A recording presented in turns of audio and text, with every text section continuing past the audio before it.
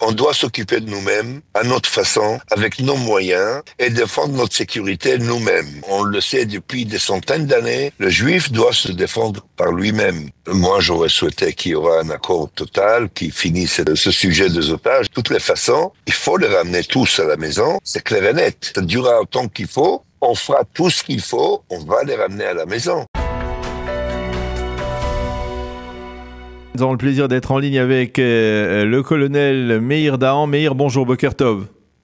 Bonjour Daniel, bonjour tout le monde. Merci d'être avec nous ce matin. Vous êtes en train de vous préparer pour repartir dans la bande de Gaza ce matin. Une bande de Gaza que vous connaissez bien, on va dire, puisque vous y êtes fréquemment dans le cadre de vos fonctions au sein de l'armée israélienne. On ne va pas rentrer dans plus de détails, mais en tout cas, on voudrait mieux comprendre ce que fait l'armée actuellement dans la bande de Gaza et en particulier dans le centre de la bande de Gaza. Alors, c'est pas le centre, on travaille de partout, on travaille du nord au sud, afin d'exécuter la décision de chef d'état-major, qui est le suivant, c'est de couper la bande de Gaza en 4 et contourner chaque morceau par nos unités. On a des divisions, 5 divisions sur la bande de Gaza, qui contournent les fractions de la bande de Gaza. Chaque division a son rôle. Et nettoyer au maximum surtout le souterrain. C'est ce qui nous intéresse le plus, c'est de nettoyer le souterrain, bien sûr tout en sachant, bien sûr que on a les otages à préserver, à ne pas approcher de trop dans les régions là où ils sont pour ne pas les mettre plus en danger qu'ils sont déjà. Alors justement, c'est intéressant ce que vous nous dites par rapport au souterrain, parce qu'effectivement, on se demande, on entend de temps en temps le porte-parole annoncer l'explosion, la destruction d'un tunnel de 2 km, de 3 km.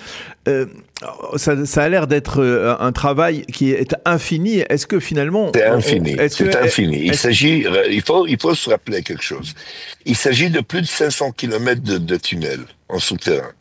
500 kilomètres. Pour vous donner une proportion, le métro de Londres, par exemple, ou de Paris, voilà, allons sur Paris, le métro total de toute Paris fait 375 kilomètres. OK? Oui. Paris, c'est 10 fois la grandeur de la bande de Gaza. À la bande de Gaza, il y a plus de 500 kilomètres de tunnels. Alors faites la proportion. On ne peut pas lutter contre ça. Donc il fallait adopter d'autres méthodes. D'autant plus que personne ne détient un plan de ce souterrain. Personne n'a vraiment creusé en ayant une plante dans la tête. C'est quelqu'un qui voulait aller chez un autre, il a creusé un tunnel. Et l'autre voulait aller chez un autre, il a creusé un autre tunnel. Et après, il fallait rapprocher les deux, donc ils ont fait une troisième. Il n'y a pas un plan de tunnel. Donc il fallait adopter une autre méthode, une autre stratégie, et qui est, en général, je ne donnerai pas trop de détails, mais le général est, disons comme ça, au début de la guerre, une personne pouvait rentrer dans le souterrain du côté nord de la bande de Gaza et marcher jusqu'au bout, au sud, sans voir le soleil. Il pouvait marcher dans les tunnels, en souterrain, d'un côté à l'autre. Aujourd'hui, ce n'est plus possible. Aujourd'hui, on creuse d'une façon en explosion ou d'autres méthodes. On fait qu'on a coupé la route entre le nord et le sud. Alors, c'est très important ce que vous nous expliquez, parce que finalement, comment on découvre un tunnel? Si vous dites qu'il n'y a pas de plan, c'est-à-dire aujourd'hui l'armée israélienne travaille sans le moindre plan des tunnels, donc des souterrains, et en fait, au fur et à mesure, elle découvre des puits, et puis elle rentre et elle détruit les tunnels. C'est comme ça que ça marche? Et malheureusement, de temps en temps, les accidents que vous entendez malheureusement presque tous les jours, des immeubles qui explosent ou des choses comme ça, c'est qu'il y a des entrées, des tunnels dans chaque maison ou dans beaucoup de maisons que vous voyez pas les entrées. Ils arrivent à sortir de là, à l'intérieur de la maison, mais poser des explosifs et rentrer de retour dans leur tunnel. Et nous, on ignore ce fait et ça explose sur nos têtes. De temps en temps. De moins en moins, d'ailleurs. On arrive à découvrir leur façon de faire et on arrive à éliminer et prendre des mesures de sécurité. Mais bon, malheureusement, les accidents arrivent de temps en temps, dû à ça d'ailleurs. Les entrées des tunnels se trouvent de partout, dans les écoles, dans les hôpitaux, dans les maisons, dans n'importe où. Il y a des dizaines de milliers d'entrées dans les tunnels. Des dizaines de milliers. Des dizaines de milliers d'entrées. Ouais, carrément. Je vous ai dit, chacun qui a voulu, Ahmad voulait visiter Mohammed, il a creusé chez lui une tunnel jusqu'à la maison de Mohammed. C'est comme ça qu'ils ont fait. Ils avaient deux méthodes principaux. Un, c'est de creuser des tunnels de chez l'un à l'autre. Deux, ils ont créé des réserves de munitions et des armes dans des dizaines de milliers de maisons, et du coup, on a affaire à des civils. Il y a un civil qui passe d'un immeuble à l'autre, vous ne le touchez pas parce que c'est un civil, il n'est pas armé, mais quand il passe à l'autre immeuble, il monte au deuxième étage, il devient un terroriste. Il a des armes, il a des munitions, il a tout ce qu'il faut. C'était ça leur méthode, c'est toujours la méthode. D'ailleurs, dans chaque maison quand on rentre, on trouve des armes, on trouve des munitions, on trouve toute une réserve qui a été préparée depuis des années là-bas. Une autre question, parce que c'est vraiment passionnant ce que vous nous dites par rapport à ce qui se passe dans le sud, dans le souterrain. Comment une fois qu'on a découvert, on va dire, un puits d'entrée comment l'armée procède, sans trop rentrer bien entendu dans les détails ou pour dévoiler des choses voir, comment savoir si ça mène à une tunnel principale, où est-ce que ça branche, où est-ce que ça rentre. Et au fur et à mesure, on prend des décisions. Est-ce qu'on explose? Est-ce on fait que de boucher cette entrée parce qu'elle mène à rien? Ou bien est-ce qu'on utilise cette entrée nous-mêmes pour aller à l'intérieur et faire ce qu'on a à faire? Enfin, il y a des centaines de méthodes possibles. Je peux vous dire quelque chose, Daniel. Ok? Dans le temps, le monde entier viendra pour étudier ce qu'on a développé, ce qu'on a découvert, ce qu'on a en pratique dans cette guerre bizarre. On a affaire à une guérilla totale. Aujourd'hui, l'organisation Hamas n'existe plus comme organisation. Ils agissent en petits groupes dans des différents quartiers de Gaza, le peu qui reste. Et ils agissent comme des animaux en sauvetage. Alors justement, par rapport, je reviens on va dire à la stratégie de Tsahal, parce que on a l'impression, même du côté du chef d'état-major, que on est arrivé quasiment au bout, on va dire, des opérations. Vous dites qu'il y a encore... Il n'y a pas de bout, Daniel. Il n'y a pas de bout. La bande de Gaza n'a pas de bout. Tant qu'il y a des habitants là-bas, la plupart d'eux, c'est des adhérents de Hamas, idéologiquement parlant. Oui. Aujourd'hui, le peu qui reste de Hamas habite à l'intérieur de la population. Ils sont abrités par la population. Alors concrètement, c'est-à-dire parce que je vais partir de l'hypothèse que l'on se dirige vers un accord de cessez-le-feu. On suppose, parce que c'est ce dont on parle, que l'armée israélienne va devoir se replier dans des positions comme elle l'a déjà fait lors des deux précédents accords pour permettre la libération des otages. Alors c'est le grand débat dans la négociation, jusqu'où on va se plier. Et c'est justement le centre de la négociation. Oui, il y a le périmètre qu'on insiste à le garder, il y a le côté Philadelphie qu'on insiste à le garder, il y a tout le côté nord, Zikim et la région qu'on insiste à le garder, et voilà, etc., etc. Et quand on va sortir de la bande de Gaza, les Gazaouis resteront sur place et la saleté et le barbarisme restera sur place. Donc, on a affaire à la bande de Gaza pour les prochains 200 ans.